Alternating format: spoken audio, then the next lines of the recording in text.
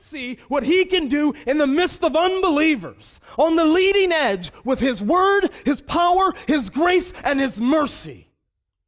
For God's sakes, we're Lutheran. This is what we know. Well, it's been a couple of weeks since the SMP policy requirements, specifically mentioning the age requirement of 40, have come out, and a lot's happened since then. Several district presidents have written letters or made videos. And remote seminary, SMP, big conversations going on currently. I have a lot of thoughts on it for various reasons, but I do think that both sides make valid points, but are also drastically missing the boat. And I want to talk about it, especially like I saw this video recently, which made me want to do this. We have to be honest, people. You guys are asking or inquiring about remote schooling and things of that nature.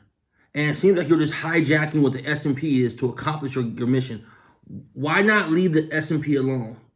Because that's directly impacting people I know, in a sense. Like, how are you going to really act as if the SMP was created to be the remote seminary when it's set up as the bylaw, well, as this article on Concordia Theology says, for unique situations?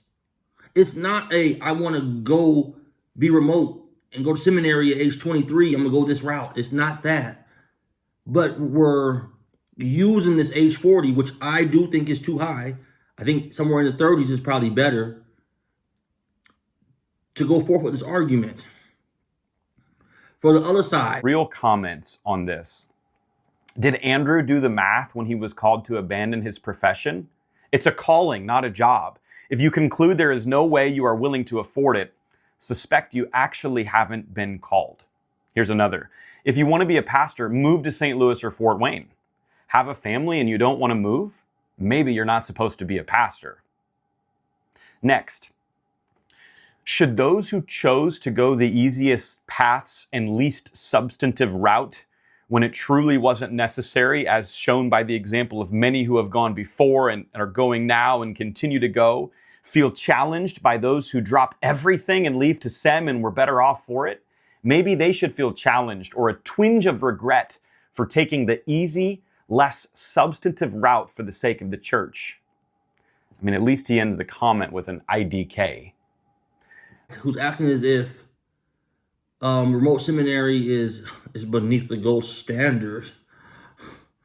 Oh, we're so much. Come on, bro. You're taking the easy route. That's laughable and it's offensive.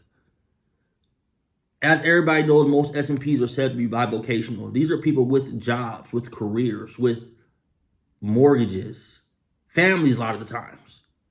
And it's the easy route. You think going to work from 8 a.m. to 5 p.m. at your job that takes care of your bills, puts food on the table, going to class at 6:30 to 9, waking up, going back to work again.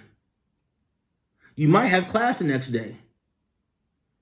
You also have your vicarage stuff you have to do. So that's another day in the week you have when you have certain programs or things going on you have to submit things for. And another class later on in the week, another time when you wake up, go to work, come home. Where's the real time for homework? Where's the real time for studying? Like you're making that work. You're pushing that, your schedule around to make that fit, to be honest with you. And you're taking it very seriously, very seriously. I know of a guy that was in a remote seminary program for the LCMS, and he had to back out because his business was suffering. His personal stuff was suffering. A brilliant man. I'm not gonna act like my man was stupid. My man was reading philosophers and stuff in his spare time before seminary. He was reading Luther's works before seminary. So this easy route, let's not play that game or that wording. But then on the other side, to act like a 24-year-old fresh out of college is a good choice for remote seminary. Come on, man. You guys aren't being fair with this. Like, let's be honest. Like, they do need some type of pastoral formation and shepherding and being around a whole community of people going through the same process and having mentors other than just your local pastor theologians and just people that they can go to and see, like, man, it's amazing. I never thought of it that way, and things of that nature. They do need that more than somebody. These people, you guys are saying, because you guys pretty much want remote seminary, period. Like Grand Canyon University, period. I say that not making things up. I've asked, I think the guy's name is Zach. I've asked him in the comments. You guys are pushing back at the 40. I think it's wrong too. Where do you think the age limit should be? No number thrown. No, I got replied, but it was no number, as if that's not even a conversation they're fathoming. These people are still on their parents' health insurance. You know what I'm saying? Like, their brain is fully formed, if we go the circular scientific route, at age 25. You think it's wise for them to go remote and have no, come on, man. Like, let's be honest. There is something useful and a blessing to being able to go to residential. There has to be somewhere in the middle you guys can meet and have a conversation about that deals with remote seminary without hijacking the SMP, a specific setup for unique circumstances. When I say unique circumstances, Zach kind of highlights it in this clip. Should we encourage young men to consider residential seminary? Absolutely. St. Louis and Fort Wayne are gifts to our church, and if a man can go there, fantastic. Let's cheer him on. But if a man cannot move because he's caring for children, aging parents, spouse's job, his own health, military commitments, or because he's already serving his congregation faithfully, why? Let's say it's a remote location that they can't find a pastor. They can't afford a full-time one, but they need somebody. They could raise someone up in their midst that already has a job, is already in the community, isn't trying to switch careers, as Zach mentioned in there. That's a real issue. That's a real issue. Secondly, why? Withdrawal rate under 41 was 21%. The withdrawal rate over 41 was 9%. That's a 12% significant difference.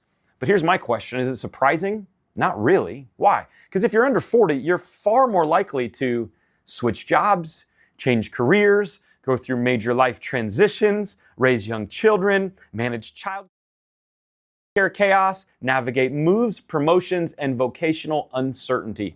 And SMP is a bivocational model. Younger adults are the ones most likely to have volatile schedules, relocations, growing families, and opportunities shifting under their feet. So yes, completion rates will be different and lower. To mention and kind of downplay, to be honest with you, of course the dropout rates for people under 40 are going to be higher. You know, this is the age where you're switching careers. You're not sure what you want to do. Fam, you are going to a profession where you are impacting people's souls. You kind of defeat your argument with that right there of why there shouldn't be an age limit. There has to be some type of care and borderlines where we can talk about remote in a respectable sense. You're training people to literally be a shepherd of somebody from birth to the hearse, to the grave. And you're talking about they drop out more because they have life going on. They're learning new things in life because they just became an adult 5 hours ago. A true adult. Let's not say 21. I'm talking about a true adult where health insurance is on you. People aren't as willing to give you money or help you on that when you're 25. You know what I'm saying? When you're older, they expect, now you're a grown up. Take care of that. I got my own things. I got other kids and children to lay the path for. You've already had that. So on both sides, and don't get me wrong, I truly am not on promoting or not promoting, I should say. Peter Scare, he wrote this article right here. We have other people mentioning gold and the gold standard, and I push back on those too. Like, get out of here with that. Get out of here with that. You can't make it sound like this is the easy route. I've had people say that to me. No, bro, it's not the easy route. That's ridiculous. And I think a lot of times that comes from nothing I want to talk about. It's people talking about bivocational and people going remote while working that's been pastors their whole life. That's a blessing. That's a gift. But don't act like you know what it's like. Don't act like you can really downplay it in a real sense and say it's the easy way when you've never had to go to work and your coworker misses and now you have to stay late for no reason. Where things aren't just covered.